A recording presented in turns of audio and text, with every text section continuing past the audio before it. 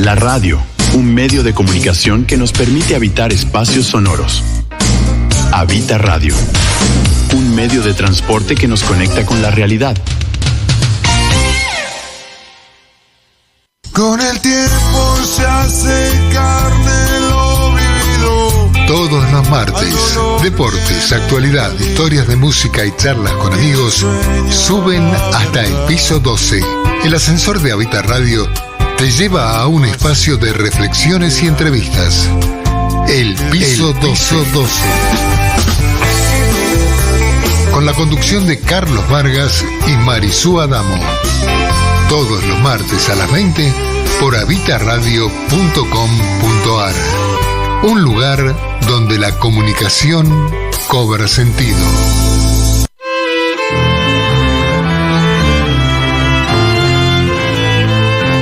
Puedo divisar. Solo una luz velada, la sangre envenenada.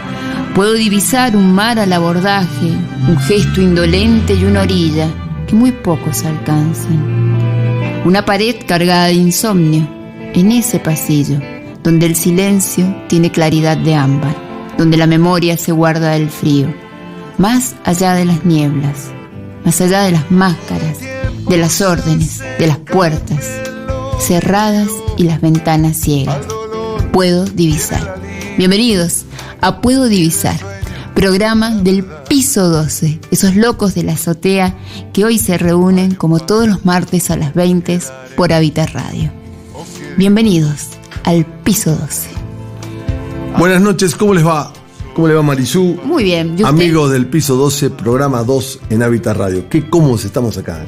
En un programa, un lugar donde se habita la comunicación. Y qué programa, qué mix de cosas. Sí. Quizás las pueda hacer el piso 12. Vamos a hablar de deporte, de automovilismo, vamos a hablar de la salud. Porque ayer se festejó se celebró el Día Mundial de la Salud. Se conmemoró sí. A través de la Organización Mundial de Salud. Y vamos a tener enseguida nomás al doctor Darío Pérez. ¡Qué bien!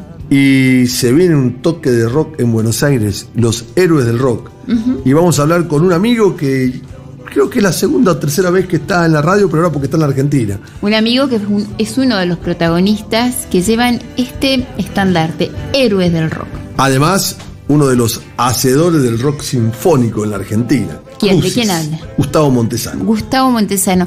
Dígalo bien fuerte, ¿para qué? Para que nuestra audiencia sepa que vamos a tener una comunicación en vivo y en forma telefónica con el señor Gustavo Montesano. Y le vamos a contar a los amigos del piso 12 mientras usted prepara los teléfonos, Marisú. Sí. Nuestra cortina es aprender de los alfajores de la Pampa Seca. Pero tuvimos que dirimir la cortina con el tema El Pasillo de Gustavo Montesano. Es así. Sería la cortina alternativa que tenemos. Una infidencia con nuestra audiencia. Fue así, cuando estábamos gestando esta maravillosa idea que habitamos todos, quienes la hacemos, quienes la coprotagonizan y quienes nos escuchan, que para ellos hacemos este piso 12 locos de la azotea. Elegir la cortina era parte de lo que íbamos a entregar cada martes. Y el señor Gustavo Montesano con su tema El Pasillo se puso ahí en la terna de los elegidos. Pero bueno, quedaron nuestros amigos a aprender, no porque El Pasillo no nos representara, lejos de eso. Es un tema que habla muy bien de lo que busca expresar el piso 12. Dicho esto, ¿a dónde estamos? Pero dejo expectante a la audiencia para escuchar El Pasillo. Sí. Me imagino que lo vamos a escuchar. Claudio Cañoli, que le damos las gracias por acompañarnos. Muchas ya lo gracias. Tiene ahí. Sí. Tiene en la bandeja. Díganos los teléfonos, Marisú. Nuestra audiencia se puede comunicar con estos locos de la azotea escribiendo al 261-64-58-950 o al 261-70-44-531. Y a partir de mañana en YouTube, en el piso 1217 y en el Instagram. Tenemos, antes de entrar de lleno al programa, tenemos unos amigos para el sábado, queremos recomendarles, porque cuando hay amigos que tocan o que actúan, tenemos que ir a verlo. ¿Cuál es el mejor clown de Mendoza? Para mí, el señor... ¿Víctor Dinazo? Víctor Dinazo, se me había hecho una laguna, Víctor Dinazo. Víctor Dinazo y Daniel Aye. Ajá. Gran noche en la calle Irigoyen, en un lugar hermoso que se ha habilitado ahora, se llama La Mulita y La Chancha, Roque Saempeña 1764 en Godoy Cruz. Ajá. Ahí va a estar nuestro amigo Víctor Dinazo y el Negro Valle, viejo Un dueto querido, para reírse. para pasar un momento Bueno, bárbaro. qué bien. Enseguida le hacemos acordar a la gente. Bueno, entramos al programa. A ver, Claudio, ponenos un poco de cortina para que presentar al invitado que tenemos. Mes de abril. Este es el mes que los que nos gusta el deporte, en Mendoza teníamos un evento que era casi imposible fallar. Se corría el Gran Premio Vendimia de Automovilismo. Y era un evento que los mendocinos era, ¿cómo decirle? No se podía faltar. Era convocante, eso quiere decir. El Gran Premio Vendimia se corre desde el año 39. Uh-huh. El primer Gran Premio Vendimia por allá por el año 39 se corrió en sus pagos de las Heras, el viejo autódromo del Plumerillo. Y ahí aparecían los primeros ídolos del automovilismo mendocino: Pedro y Pablo Goulet, Victorio Galeazzi, Fosforito Fernández. Y ahí apareció toda una historia fantástica, que era después de llegar por allá a principios de los 70, cuando se inauguró el Autódromo General San Martín. Llegar al Gran Premio Vendimia, al Autódromo General San Martín, era fantástico. Domingo a la mañana, temprano, a los cerros, sentarse, ver el turismo carretera, la Fórmula 1 Mecánica Nacional, el turismo nacional, la Fórmula 3 Codasur, la categoría Datsun, qué sé yo.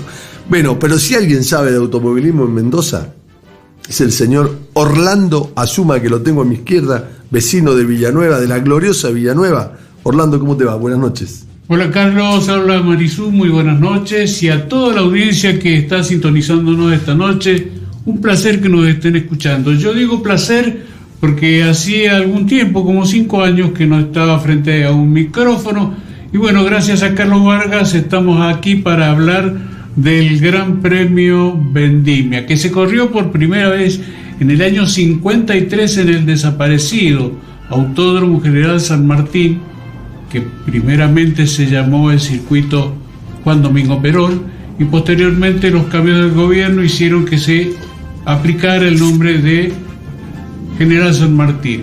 ¿Dónde estaba ese autódromo? Contanos, que tengo una anécdota. Queda una recta todavía que pasa por el Crisil, viene desde la bajada del zoológico, y después en el año 76 se decidió montar ahí el actual Estadio Malvinas Argentina. Bueno, el Autódromo General San Martín, que tuvo su época de mayor esplendor cuando había aparecido ya el Torino, Copelo, Gradazzi, Ternengo, la Garrafa de Andrea Bianini con el Barracuda de Carlos Pairetti, estaba el Falcon Angostado de Carmelo Galvato, entre otros. Y bueno, el 21 de abril de 1968, domingo, según don Antonio Díaz Constantini, que me comentó que fue el día que más público ingresó a ese circuito, fueron algo más de 21.000 personas, lo cual para aquella época... Estamos hablando del viejo autódromo. El viejo autódromo que pasaba del por atrás, parque, bajaba del Papagayo, iba por atrás de las Churrasqueras, donde está el estadio ahora, esa era toda la vuelta que daba. Claro, ¿no? Era una maravilla. Ahí no era solamente la máquina, sino también las muñecas, la preparación del vehículo naturalmente, y la mentalidad, la actitud que tenían muchos de los pilotos que corrieron en ese circuito. Te voy a contar una anécdota, para que... Ahí está la famosa curva de... ¿Cómo se llama la curva de la Churrasquera? Ataguile. La curva de Ataguile. Siempre contaba mi madre, que nos está escuchando, con mucho cariño, que ella recordaba haber ido a ese autódromo con mi abuelo, siendo ella muy chiquita, y se ponían justo en la curva de Ataguile, y mi abuelo le indicaba a mi madre que había como un bordecito en el autódromo. Entonces cada vuelta mi abuelo le decía a mi madre: mirá, Fangio, pisa siempre el mismo bordecito. Sí. Y mi madre hasta el día de hoy te cuenta que vio toda la carrera y era chiquita y prestaba atención que en toda la vuelta Fangio pisaba exactamente el mismo bordecito. Un autódromo con muy poca medida de seguridad. Eso fue lo que lo llevó a que desapareciera, porque verdaderamente era muy peligroso ir en una recta a algo más de 200 kilómetros. No me aventuro a decir cuál sería la velocidad porque nadie se ocupaba ni había modo de medir el máximo que iba cada coche, pero los árboles estaban al costado y no había ni siquiera guardrail. En ese entonces era una novedad que venía de Europa y que se había instalado en distintos circuitos del viejo mundo, lo cual hizo que se buscara por otra opción. Entonces, la mejor carrera que yo vi, la presencié, porque de estudiante por allá por el año 63, un día 24 de mayo, al otro día era feriado 25 de mayo, nos fuimos los escolares del comercial del Agustín Álvarez, nos fuimos caminando hasta el circuito. Y allá vi lo que era el ancho de las cubiertas y el sonar de los motores. Ahí ya el otro día no era alguno, mi padre no le atraía mucho el automovilismo, pero venía un tío, sí, Nicolás Goulet, hermano de Pablo. Entonces en las charlas familiares siempre se hablaba de automovilismo. Bueno, qué lindo. Bueno, vamos a ir a la nota. Guardate esto. Esa época fantástica del automovilismo. Sí, se acabó. Muy importante con las motos también. Mi familia Parra, corredores de moto. Sí. Y después entramos en los años 70 que se inaugura el glorioso Autódromo General San Martín. 74. En marzo del 74. El día que Reutemann ganó en Sudáfrica ese sábado, porque por las cuestiones religiosas de Sudáfrica se corría los sábados, los domingos. Kayalam, el autódromo de Sudáfrica, ¿no? No recuerdo. Me parece que sí. Puede ser, es probable. Lo que ocurre es que ha pasado tanto tiempo. El mendocino era muy tuerca. Lo que pasa es que esta provincia que se inundó de progresismo, bueno, pongámosle, por ejemplo, junto con todas las carreras, todos los grandes premios Vendimia que se corrían en Mendoza, batían récord de público. Sí. Turismo carretera, el turismo nacional, la Fórmula. Venía mucha gente de San Juan, de San Luis, de Neuquén, de Córdoba. Era como la Vuelta de Mendoza, o antiguamente el cruce de los Andes. Pero como somos una provincia progre, el gobierno, en vez de poner plata en mejorar las vueltas ciclísticas, hoy lo que hacemos son bicisendas. Entonces no pasa nada en bicicletas por la bicisenda y la gente el ciclismo la tiene que pelear dura. Y el automovilismo igual, el mendocino era muy tuerca.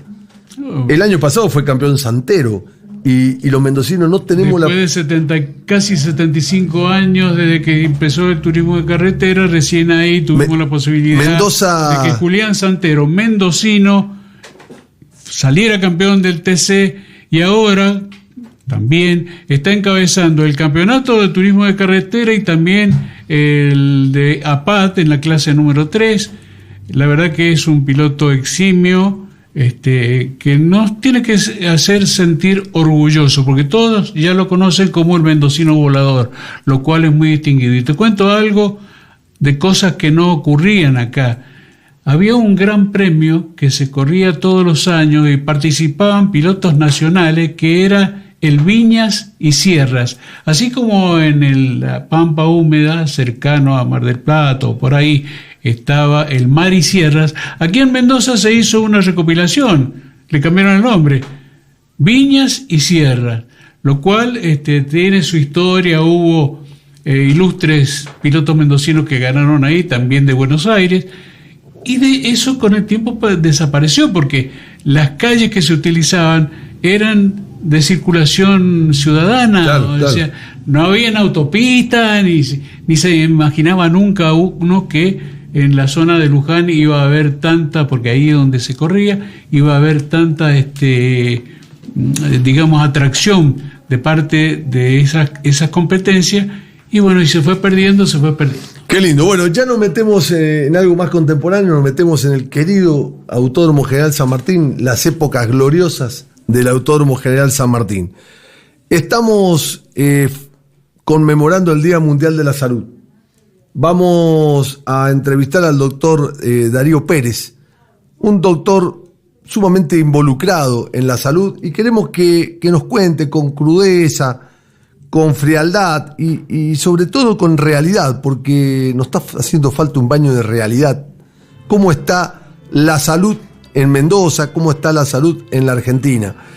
Épocas de crisis donde por ahí Viva la Libertad, carajo, no tiene mucha correlación con la salud. Bien, estamos, bueno, un minuto más, entonces tiramos un poquito.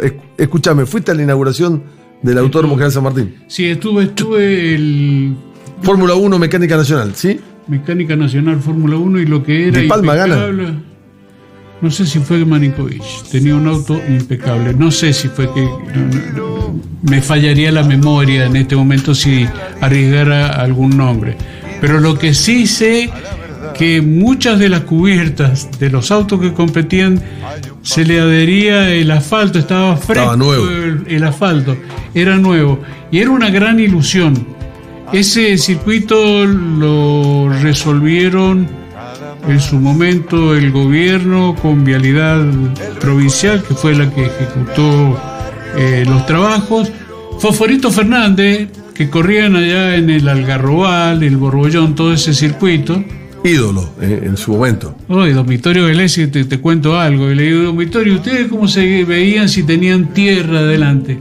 Ah, dice, yo miraba los postes de la luz que bordeaban el circuito y era la forma en que él sabía cuál era la próxima curva, hacia dónde iba, porque no veían nada hacia adelante.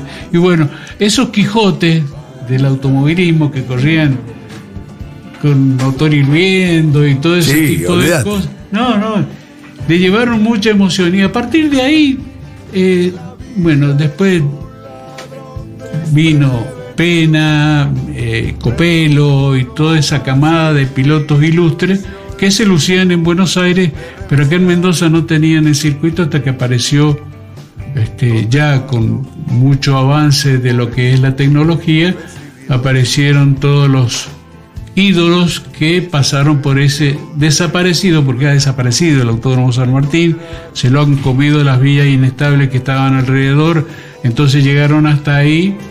Y don Antonio Díaz Constantini... Te digo que no hay que echarle tanto la culpa a la villa como al descuido del gobierno. No, por supuesto. Porque era un lugar, un paraíso único, un autódromo.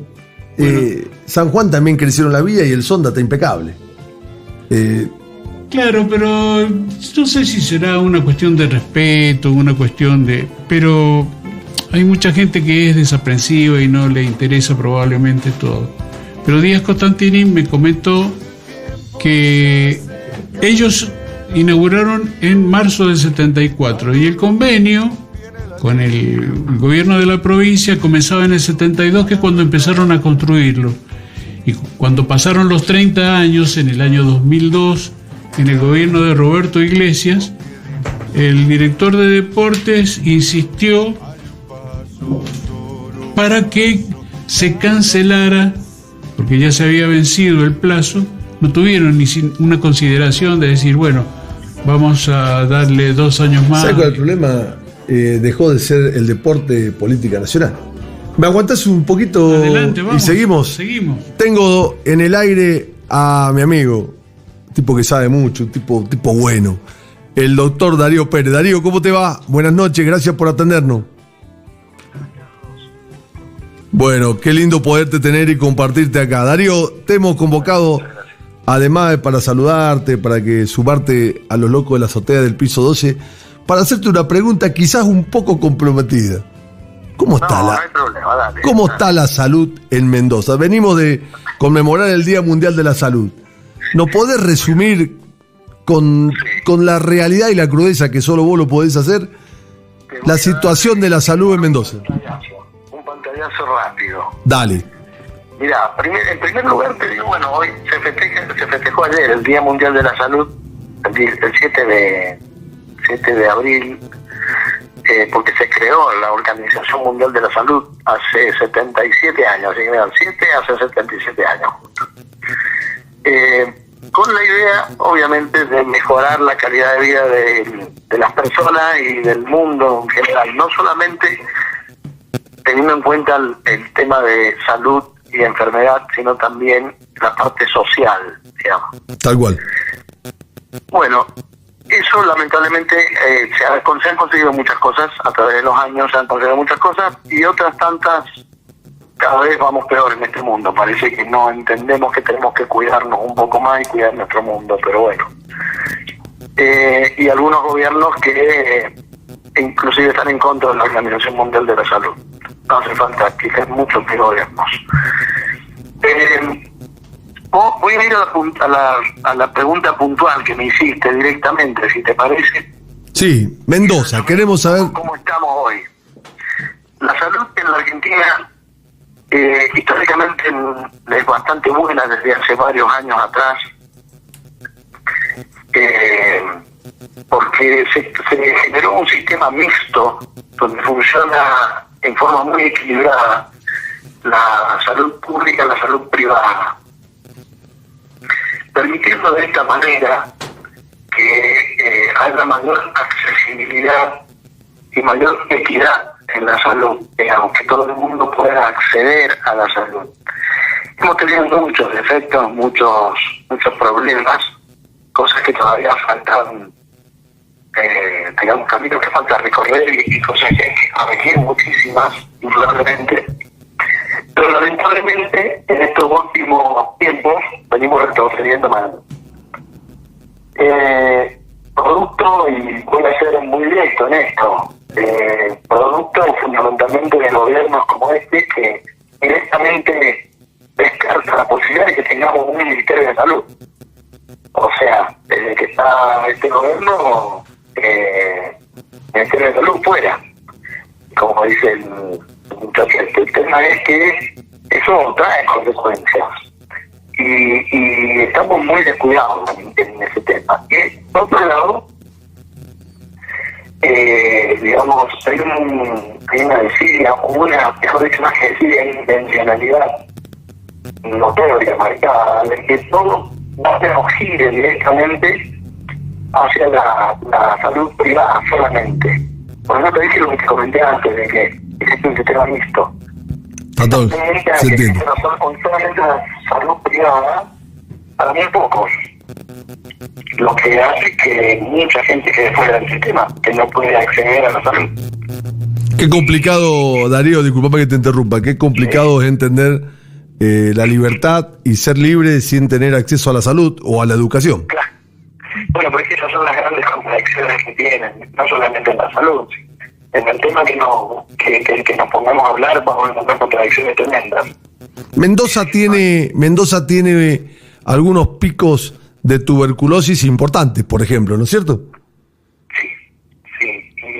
Y no se dice. O sea, en realidad tenemos muchos déficits de salud. En Mendoza está terrible, en el sentido de que hace varios años, más precisamente el primer gobierno de nuestro gobernador, se empezó a descuidar mucho la parte pública, mucho. Se empezaron a descuidar servicios de internación, servicios de ambulancia. Se dejó toda la que no queda. Y cada vez funciona menos, cada vez funciona peor. Cada no hay medicación, no están mandando suficientes medicamentos. Hay veces yo trabajo en un hospital público, por una vez, y hay días que yo tengo un consultorio externo y a un diabético no le puedo dar metformina porque no hay. Y es una cosa de loco, o sea, en realidad, que a veces no hay ni en la PRI. Darío, y en capacidad de la salud pública, Mendoza está colapsado, alcanzan los hospitales. Yo veo, uno va al parque, todavía ve el hospital de Encina, estamos acá cerca del hospital del Carmen, ve el hospital central y un montón de cosas que se le va haciendo alrededor, un hospital central que ya está prácticamente en el kilómetro cero de Mendoza, porque la ciudad avanza. Che, ¿cómo estamos en capacidad de los hospitales públicos? Y está saturado. Yo creo que está saturado, fundamentalmente por lo que te comenté también, porque en la parte privada, o sea, se atiende la parte privada, pero la verdad es que la mayoría de la gente no puede pagar. Es más, las prepagas se van a las nubes. Entonces eso hace que incremente aún más la demanda de hospitales públicos. No hay un cronograma, no hay un lineamiento de trabajo para guiar a la gente y decir, bueno, a ver, usted tiene una patología de primera instancia, diríjase a tal centro de salud que está más cercano a su domicilio. Tampoco lo hacen porque tampoco funcionan esos centros de salud. Tal cual. Hay dos cosas. A ver, no le vamos a echar la culpa a la gente que trabaja ahí, porque la verdad es que los sueldos que nos pagan, te soy sincero, yo lo hago con amor, con mucho cariño, vos me conocés. Sí, tal cual. El paciente de mi consultorio particular para el hospital público con otra actividad particular y yo lo atiendo con el mismo cariño. Pero ¿Sabe qué es lo dramático, Darío? Que mucha gente dice la salud pública, pero hay mucha gente que paga la obra social como puede y no tiene la posibilidad de hacerse atender porque las obras sociales no funcionan. Claro, y encima van al hospital público y te dicen no le puedo dar los medicamentos porque usted tiene obra social. La obra social no le cubre prácticamente nada, o no consigue el turno, o le puede un club que no puede pagar. Está todo como reticente, pero tanto si me permitís la expresión. Hay una persona que los salarios están en el piso, entonces hay una detención también en el personal de salud, porque realmente a ver, cada vez no puede ser que un enfermero profesional esté hablando pidiendo $1 por mes, o sea, no te alcanza ni para darle comer a tu hijo. Bueno, Darío, la verdad que es dramático. Esto lo digo yo y me hago cargo. Gran problema, gran culpa del manejo de la salud acá la tienen unos señores que son los dueños de Swiss Medical, por ejemplo, que manejan la salud con nombre y apellido. Estos son los que manejan la salud en la Argentina. Es que no les interesa que tiene plata para ellos. Y listo, y no les importa si realmente hay gente que no puede acceder a la salud, que es el principio básico de la salud. La accesibilidad y la universalidad, que sea para todos y que sea para todos accesible.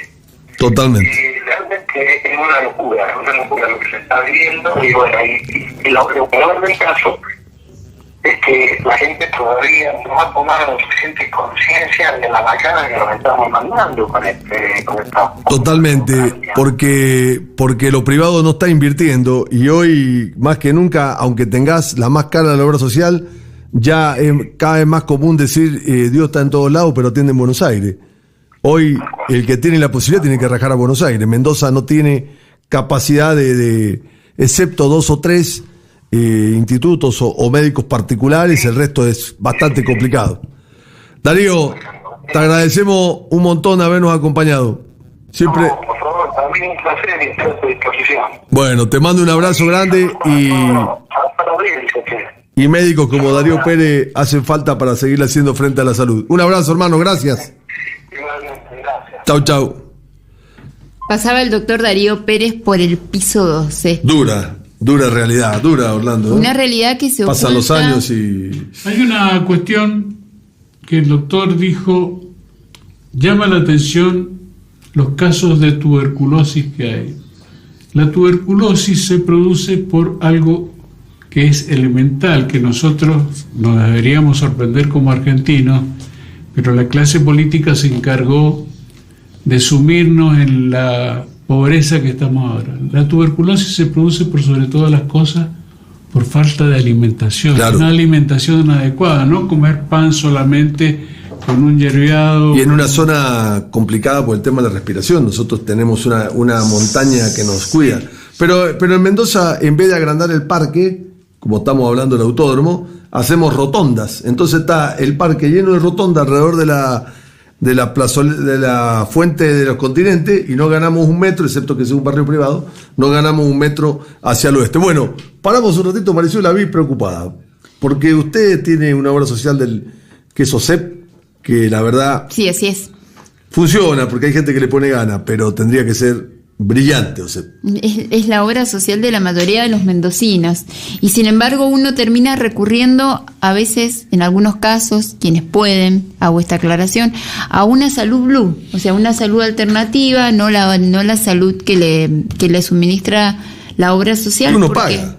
A pesar de que uno aporta, es verdad, porque en realidad no cubre los requisitos o la demanda, no atiende con la urgencia que uno quisiera, que es ser atendido. Nos relajamos un poquito y escuchamos a Gustavo Montesano. Hay música en este episodio. El pasillo, sí. Gustavo Montesano, la banda de Gustavo Montesano. Vamos, Claudio.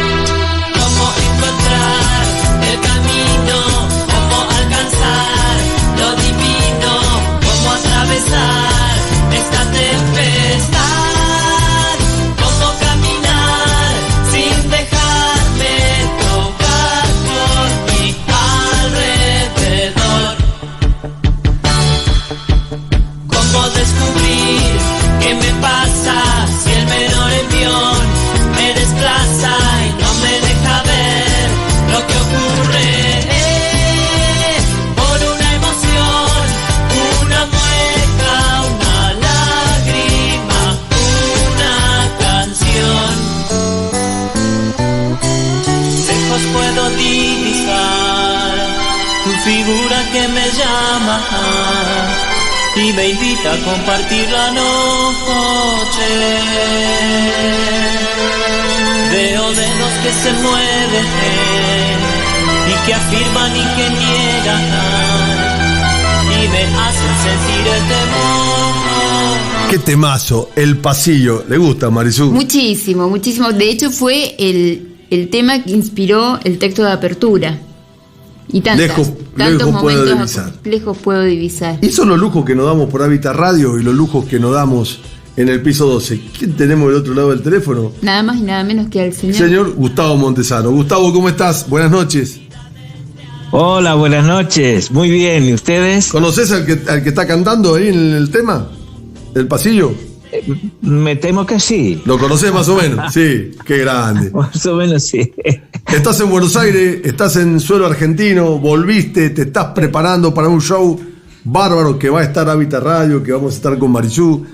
¿Cómo está el presente de Gustavo Montesano? Sí. Y bueno, con el cambio de horario, cuando haces un viaje de estos tan largos que te estás todo el día muerto de sueño, pero por lo demás muy bien. Encantado de estar en Buenos Aires, es mi ciudad, en mi barrio, que es el barrio de Flores, que es un barrio bien típico de Buenos Aires, así que estoy encantado. Con mi madre, o sea que, ¿qué más puedo pedir? ¿Cuánto tiempo te quedas en Buenos Aires? En Buenos Aires, calculo que me quedaré unos 3 meses, más o menos. Qué bueno, qué bueno. Sí. Qué bueno. Sí. Yo vengo todos los años, sí, paso mucho tiempo y la verdad es que no he logrado despegarme emocionalmente de mi país y mi ciudad y mi barrio, ¿no? Y mis afectos que están todos aquí. ¿Qué estás haciendo? ¿Cómo marcha Traumas de un pasado tenebroso? ¿Estás haciendo música nueva? Contanos, sabemos que sos un hiperactivo de la música, Gustavo. Traumas de un pasado tenebroso, sí, es un maxi, es un disco que saqué en España hace unos 2 años más o menos, creo que es lo último que hice y estoy muy contento con ello, es lo que a mí más me gusta, digamos que es el rock sinfónico, digamos que es mi, no iba a decir mi especialidad, pero es lo que a mí más me gusta y lo que mejor se me da, lo que me sale más fácilmente, ¿no? Y estoy muy contento con ese trabajo, muy contento porque fue una vuelta, digamos, a mis raíces, en las cuales hablo un poco de las temáticas que yo vivía cuando tuve que abandonar Buenos Aires en la época de lo que llamamos los milicos. Tal cual. Que fue sí, tal cual, fue muy duro para mí, muy duro, y durante muchísimos años lo tuve como te diría yo, como escondido en el inconsciente, ¿no? Hasta que de repente, pues, brotó un día, viste estos días que decís, bueno, esto lo tengo que sacar para afuera de alguna manera, y fue mi manera de expresar aquella frustración y aquel sentimiento que tuve, que me hizo estar lejos de mi país muchos años, ¿no es cierto? Gustavo, ¿y qué sentís después de tantos años cuando todavía hay gente que te dice Gustavo Montesano, Crucis, como lo del Hilo del Mariscal? La verdad, son muchos años. La verdad es que no sé, lo que sí siento es que incredulidad, realmente, o sea, siento una especie de, por supuesto, un orgullo increíble. Y por supuesto, yo sé, el público argentino es el mejor público del mundo, pero de lejos. No lo digo yo, te lo dice cualquier artista que haya venido a actuar aquí de cualquier lugar del mundo, ¿no? Es un público atento, culto, cariñoso, sobre todo culto, ¿no? Que sabe distinguir lo bueno de lo malo, que sabe apreciar el trabajo artístico de un músico, no sé, la verdad es que siento un gran cariño, un gran amor por todo el público y esa cosa de incredulidad pero si han pasado 40 años, ¿qué? Pero ustedes marcaron un hito porque fueron los primeros que empezaron con la sinfonía en el rock, era fantástica esa época, la fuerza, lo que ustedes... Sí. Bueno, el rock sinfónico lo llamábamos por entonces, ¿no? Hoy día se llama rock progresivo, rock. Y hay muchos grandes artistas por ahí pululando por el mundo que tocan ese tipo de música. Sí, la verdad es que en esa época nosotros un poco estábamos en esa tendencia, ¿no? En la cual había muchos artistas por el mundo y en Argentina pues a nosotros nos tocó, digamos, ser el estandarte de ese tipo de música, ¿no? Qué bueno. Bueno, Gustavo, te vamos a ver en el show ahí los primeros días de mayo en el Ópera. Nos vamos a dar un abrazo y qué lindo tenerte acá y ojalá podamos... ¿Vas a hacer algún toque? ¿Tenés pensado o solamente un poco de mamá nada más estos meses? me invitó el empresario con mucho cariño. La verdad es que me lo estaban pidiendo hace 1000 años. Pero el empresario, el que organiza el evento... hoy día es un gran empresario, pero en su momento empezó alcanzándome las guitarras y enchufándome los cables y afinándome la guitarra, ¿entendés? Sí, o sea, que yo le tengo un gran cariño y no le podía fallar, no le podía decir que no. Así que voy a estar ahí festejando, realmente pasándomelo bien con el público argentino. Qué bueno, nos vamos a ver, amigos, claro. Nos vamos a dar un abrazo y te vamos a agradecer estar siempre atento al Piso 12 para nosotros poner tu música. Nos da un placer bárbaro. 12, grande. Que siga sonando Gustavo Montesano, que siga sonando la música de Crucis, del grupo Montesano y bueno, vamos por más. Gracias, hermano, por atendernos. Vale. Un placer que estés en la Argentina. Favor. Cuídate mucho y aguanta el rock. Un placer. Chau. Muchas gracias y aguanta el rock. Sí, un abrazo muy grande. Chau, gracias. Héroes del Rock. ¿Cuándo va a estar? 3 de mayo sí. En el Ópera, a partir de las 20. En Buenos Aires. Lito Nevia, Soulé, Mellino, Gustavo Montesano, Zabaleta. Sin duda, los héroes del rock. Lo miramos a Claudio Cañoli si quiere venir con nosotros. Seguro. Tenemos rock. Bueno. Y ahí va a estar Habita Radio cubriendo este evento y acompañando el toque. Y claramente quienes vamos acreditados vamos a estar disfrutando de este evento. ¿En qué teléfonos estamos, Marisol? ¿En qué teléfonos estamos? Estamos en se me fueron los teléfonos. Yo se lo digo. Acá. 261 458-950 y 261-70-44-531. Un poquito más de Montesano y nos metemos a hablar del Gran Premio Vendimia. Me repetiría el pasillo porque es un tema que no me cansa, me agrada escucharlo y volverlo a escuchar, pero hay más de Montesano. Sí, Traumas de un pasado tenebroso, el último trabajo de Montesano en España. Hablaron algo de Traumas de un pasado tenebroso en la nota, escuchémoslo.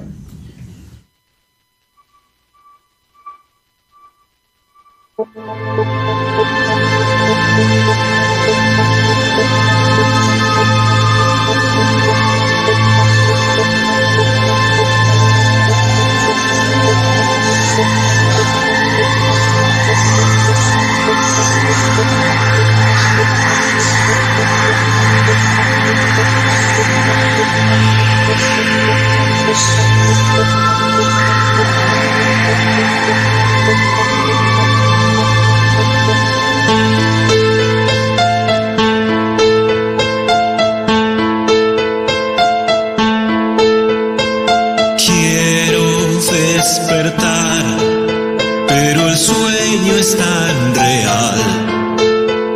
Perversa pesadilla que me matará al final. Sueño que me voy cayendo más y más. Mi mente va apagándose y no puedo controlar. Y por mucho que lo intente, no consigo ni moverme ni aferrarme.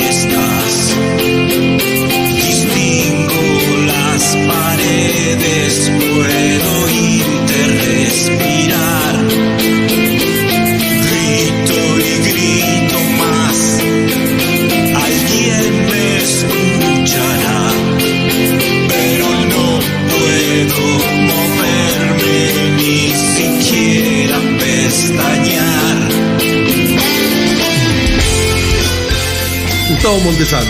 Hablábamos de rock, pero hay más automovilismo, ¿cierto? Sí, porque estamos en época del automovilismo. Gran Premio Vendimia. ¿Cómo se vivía el Gran Premio Vendimia en Mendoza? Bueno, cada uno tenía su corazoncito, ¿no? Al principio eran las dos marcas tradicionales que fueron las fundadoras del turismo de carretera, y después apareció por el año 67 en la Vuelta de San Pedro, febrero del 67, donde ganó la CGT, Copelo, Gradasi y Ternengo. Con los torinos, naturalmente con la magia de Oreste Berta, salieron y pasaron el cepillo a todos, y a partir de ahí todos se volcaron al torino porque se dieron cuenta que tenían el motor, tenían la caja, el diferencial, lo único que tenían que variar a lo mejor sería la relación del diferencial, pero bueno, eso fue avanzando hasta que coronó a Gradasi en el año 67. Nasif Estefano. Estefano corría con Ford Falcon. Ah, claro, fue con Gradasi compañero en el Falcon. Campeón del TC post-mortem. Sí. Y bueno, después muchos se inclinaron por la facilidad de conseguir los elementos mecánicos que no hacía falta nada. O sea, tenía que, lógico, ponerle los carburadores Weber 4848, ¿no? 3 carburadores que ponerlos a punto era verdaderamente una ciencia, eran científicos los preparadores. Recién nombraste un ídolo del automovilismo argentino, que los mendocinos en algún momento nos lo queríamos apropiar, pero en realidad era sanjuanino, que fue Eduardo Copelo. Eduardo José Copelo, maestro. Alguna vez en algunas radios de Buenos Aires solían decir que era mendocino Copelo. Pero para los sanjuaninos es ya lo máximo que tuvo el automovilismo. Sí, naturalmente. Pero Cascote Juárez también. Cascote, sí, hizo un hino, se subió a la Fórmula 1. Sí, y Henry Martin. El Colorado, sí. No, pero Copelo era Copelo.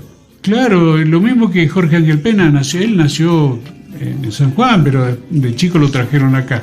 Pero lo de Copelo, yo recuerdo que gracias a su hija María José Copelo, me consiguió una entrevista por allá por el año, no sé, 97, 98, en su casa en la calle Arizu y San Martín, que ahora hay una empresa de seguros ahí en esa esquina. Ajá. Y le pregunté a Copelo una versión que tenía, porque él fue a Europa, le dieron una catramina y resulta que ese auto que le dieron marcó unos tiempos excepcionales.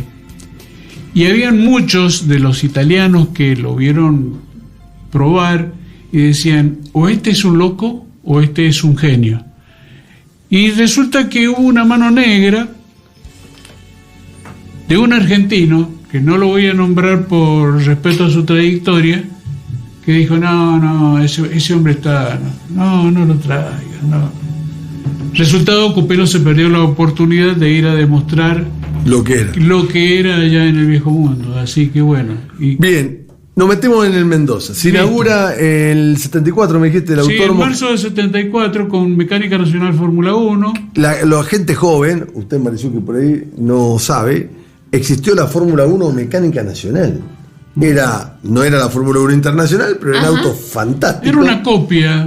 Una copia en general, pero Mecánica Nacional. Ajá. O sea, motores, carrocería. Sí, la carrocería.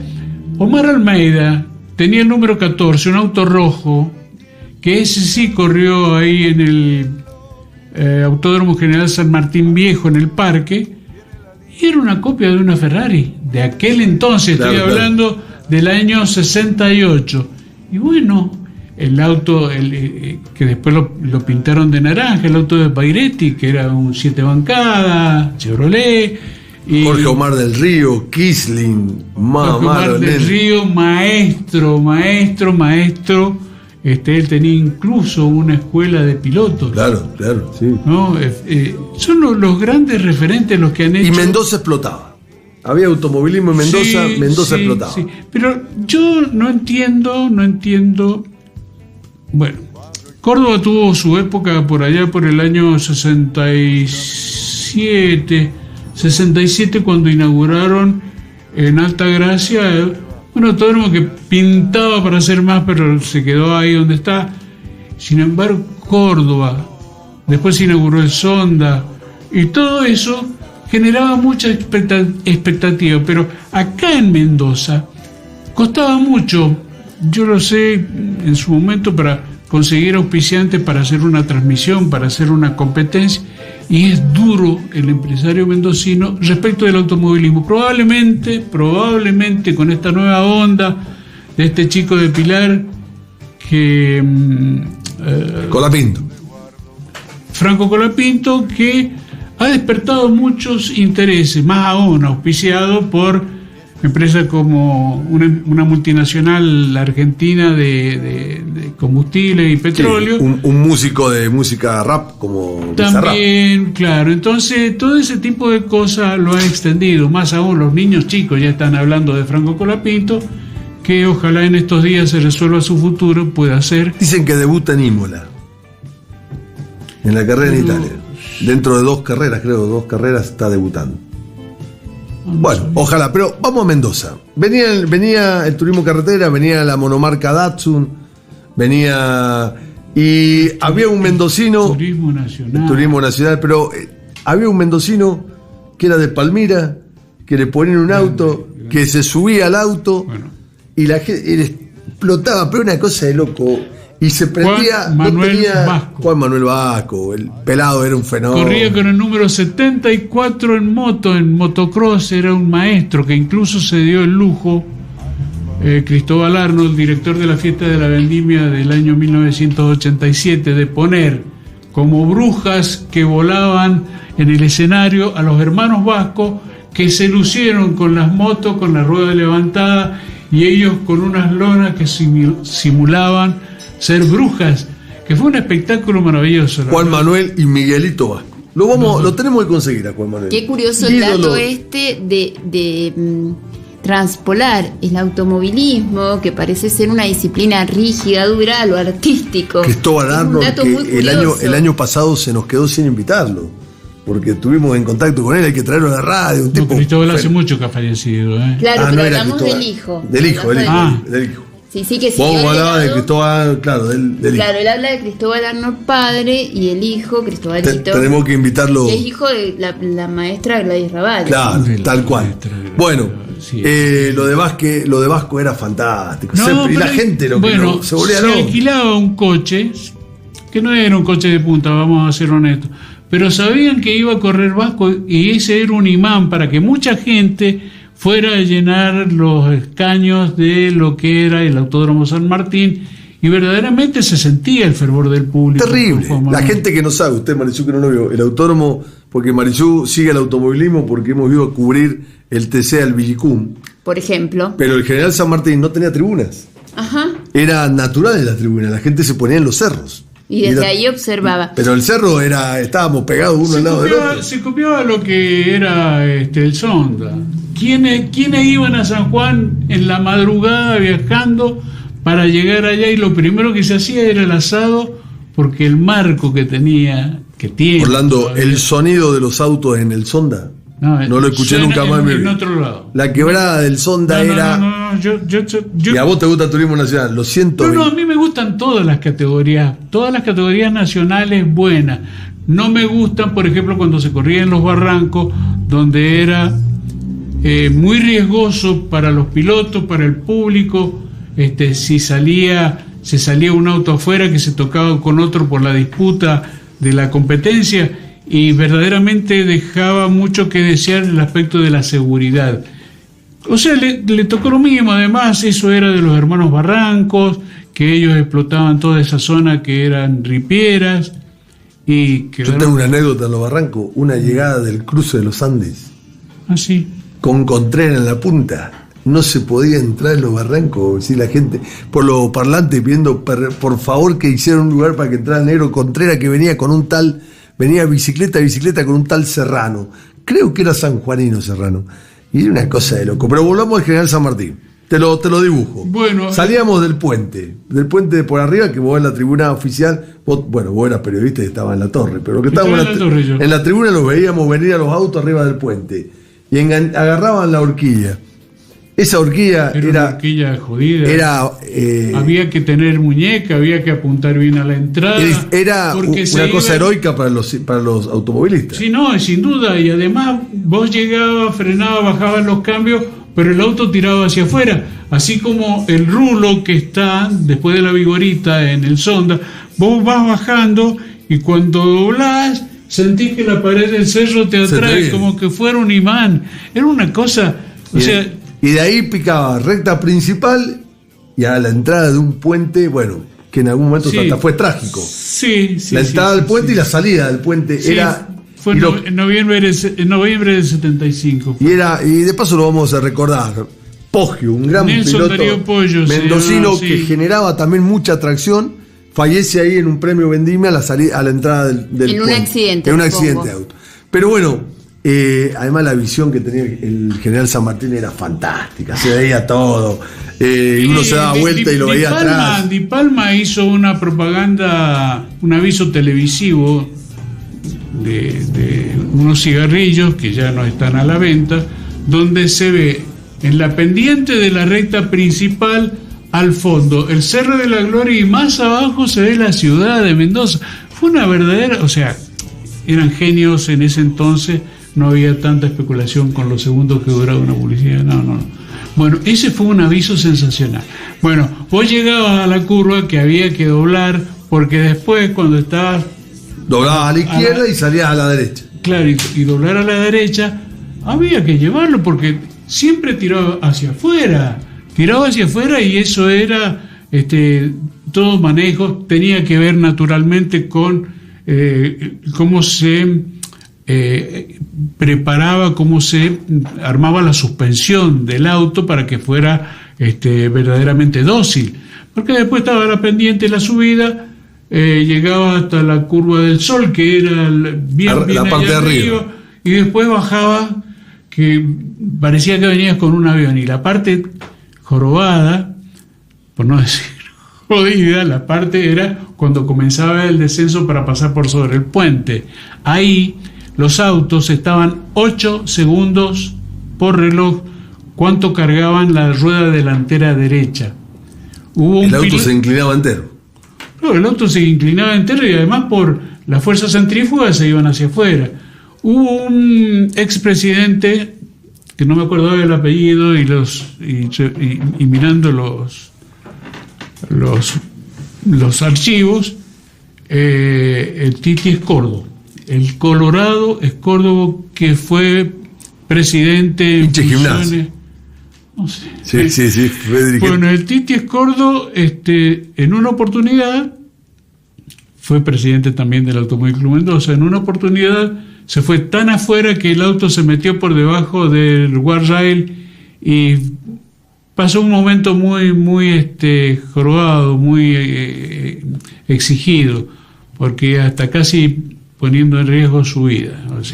El Autódromo General San Martín era rápido, peligroso, pero los pilotos lo disfrutaban, porque yo recuerdo que siempre que se quería hacer alguna modificación sobre el auto, los primeros que se oponían eran los mismos pilotos. Lógico. Esa bajada de la horquilla, los autos empezaban a crecer en velocidad, y cada vez se hacía más complicada, y no eran los mismos pilotos los que se oponían a modificar el circuito. La parte más, llamativa, donde todos querían ponerle cuestiones de seguridad, era la curva número 1. Curva número 1, doblabas y te encontrabas ahí nomás debajo del puente, pero después tenías que salir hacia la derecha y los pilotos verdaderamente se le veían en figurillas para transitar todo ese espacio. Claro, porque era la recta principal y la entrada al puente, frenar y salir de nuevo. Venía a 1000, venía por el final de la recta. Se quiso hacer, hicieron una pequeña reforma, hicieron un óvalo experimental, no sé. Hacia la derecha, que entraba ahí. Sí,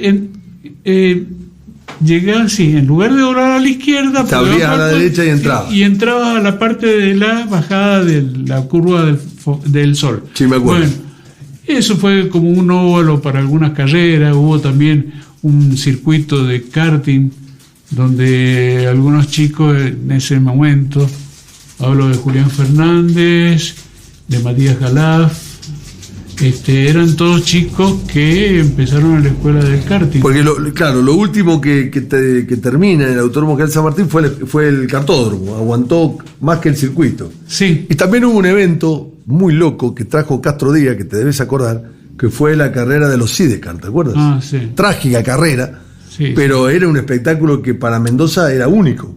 No lo habíamos visto nunca. Sí. Lástima, a ver, me entristece mucho lo de Nelson Darío Pollo, lo de este piloto que no recuerdo. Es italiano, si no me equivoco. En el año 83 fue esa competencia. Que corrió al revés. Los pilotos de Sidecar vieron tan complicada la bajada de la Orquídea que dieron vuelta al revés, corrían al revés. Claro, en el sentido inverso a las agujas del reloj, el circuito tenía en el sentido positivo de las agujas del reloj, tal cual ahora, y ahí se dio vuelta lo que decía. Y probablemente haya sido eso, vaya a saber. Pero el Mendoza Tuerca era que se perdió, que reconocer. Te voy a contar algunas cosas. Dale. No sé si vos escuchaste hablar de Chiqui Rey, del Chato Pucciarelli, del Buggy Rey, estaba el Perro Bustos de la Valle, eran todos los héroes que iban a las picadas los viernes a la noche. Vos no sabés lo que era. En el autódromo. Chato Pucciarelli, que en Turismo Nacional probablemente haya participado, pero muy de manera distante.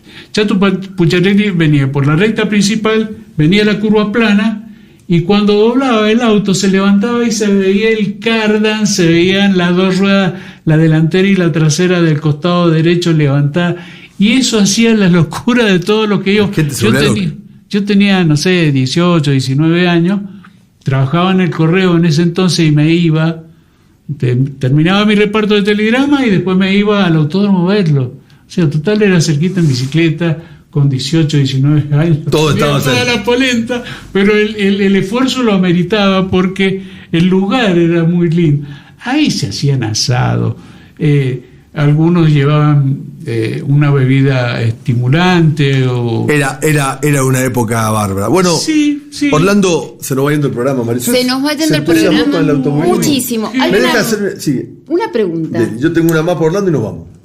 Una pregunta para este público que lo escucha, esta audiencia que lo escucha y muchos no entienden. Que nos aguanta. Sí, para ellos hacemos el programa. ¿Cómo es el circuito de una carrera? Porque ustedes hablan de la curva, del rulo. ¿Qué tiene que tener el circuito de una carrera? Para quien no entiende y que cuando encuentre un circuito pueda apreciarlo. Bueno, eso depende del lugar donde se va primero a trazar el circuito. O sea, por ejemplo, donde se corrió este fin de semana en Suzuka, Japón, tiene distintas alturas, pero alturas de 50, 60, 80 metros. Lo mismo que acá, el Autódromo San Martín tenía distintas alturas. Ajá. Y bueno, en función de eso, se hace un dibujo ideal de lo que... a mí me gustaría que fuera por acá. No, mira, la curva hacela más cortita, apretarlo más, la recta hacela más larga, pero depende todo de cómo está el terreno. De la geografía del lugar. Exacto, la topografía. La topografía. Pero digo, está consensuado, hay un protocolo que dice todo circuito de carrera tiene que tener determinado tipo de rulo, determinada curva y contracurva, o no, eso es que cada circuito se propone. Vamos a hablar de lo máximo de la Fórmula 1. Ajá. Lo que han hecho, por ejemplo, en Arabia, lo que han hecho... en Qatar, en el medio del desierto. Claro, Qatar. Lo que han hecho en India, donde están las torres Petronas y todo eso. Y bueno, ahí está también la disponibilidad del dueño del autódromo, porque el dueño del autódromo, una entidad, no creo que sean personas, pero esas entidades se tienen que sumar después a la FIA, la Federación Internacional del Automovilismo, que los hace socios y le van haciendo pagar el peaje, digamos. O sea, tenés que hacer esto, tenés que hacer aquello, tenés que tener cerca un aeropuerto, tenés que tener cerca un shopping, hoteles de 6 estrellas. Exacto. Todo de lo mejor, todo lo mejor. Y que la distancia entre el aeropuerto, el hotel y el circuito sea equidistante. Por ejemplo, peligra el circuito de Santiago del Estero para el MotoGP, porque están pujando en Buenos Aires con la ciudad autónoma para darle realce y ponerlo a nivel internacional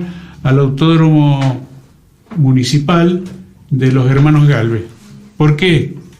Porque quieren traer a la Fórmula 1, quieren traer también al MotoGP, pero ¿por qué? Tienen hoteles, circuitos de llegada rápida, digamos, calles, avenidas, autopistas de llegada rápida. Conectividad. Claro, eso que vos decís, le pedimos 2 minutitos a Claudio y nos vamos. Pero lo que dices es muy importante. Que por ahí el progresismo en Mendoza se olvidó de esto. Lo que mueve una carrera de automovilismo. Nosotros hemos ido con Marisú a cubrir el TC a San Juan. Al Villicum. Vos salís del autódromo, no hay dónde comer. Desde el que vende choripán hasta el restaurante de 5 estrellas. Está todo colmado. Es decir, el movimiento turístico, que no es el que van 5 brasileros a una bodega a pagar 1 millón de pesos por no, microemprendedores. Se mueve una provincia entera. Bueno, eso pasa por acá. ¿Me dejás una pregunta más, Claudio? Tu ídolo automovilístico. Decir, este era mi ídolo. Yo te digo el mío. Este no sé si lo escuchó medio. El nene Jesús García Veiga. Sí. Yo me moría. Yo veía al nene Jesús tenía un auto que se llamaba el Chelco, que corría en turismo carretera. Era uno de por prototipo que en San Juan era una maravilla. Una cosa de loco. Celeste con naranjado. ¿Tu ídolo o tu referente del automovilismo? Cuando era adolescente me gustaba muchísimo Pairetti, pero un fanatismo. Algún día vamos a hablar la historia del Trueno Naranja, que fue uno de los autos más populares que tuvo el turismo carretera y de los que menos resultado tuvo. Sí, salió campeón Pairetti en el año 68 con Sport Prototipo. Pero en el TC no... En el turismo carretera, perdón, porque el Sport Prototipo comenzó en el año 69. Pairetti entonces lo ponemos como... Sí, pero a mí me gusta por sobre todas las cosas, más allá del episodio que lo tiene en vida latente, Michael Schumacher. No, pero nacional. ¿Rodríguez Canedo te gustaba? Rodríguez Canedo también. Era un maestro, una señorita al volante, lo mismo que Coupé. Corría turismo nacional en una Alfeta, creo, ¿eh? Un Alfa Romeo terminó corriendo. Algo sé de automovilismo. Mucho, sabe muchísimo. Gracias, Orlando. Un placer. Y voló la hora. Había mucho para hablar. Marisú, programón. Programón, y nos espera otro programón el próximo martes a las 20 horas cuando volvamos a abrir nuestros micrófonos en Habitat Radio. A cuidarnos, que la salud está más o menos. Ojalá podamos a tener automovilismo en Mendoza. Gracias, Claudio, Ale Rota, Karen Minaz y la gente de Habitat Radio. En una semana prometemos un programa. Un programa que los haga pensar, poner a trabajar las neuronas. Gracias, saludos a todos.